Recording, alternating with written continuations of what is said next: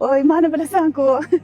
Albatta ko'rishamiz. Bo'ldi, o'rtoq, xavotir olma. Assalomu alaykum Aysida, yaxshimisiz? Nima xohlayapsan mendan? Tinch qo'ymas ekansan-da mana. Opajon, siz ham ayolsiz-ku, tushuning meni. Bolalarim yetim bo'lib qolyapti. Oy, Opa-bu, sani ering sani xohlamaydi.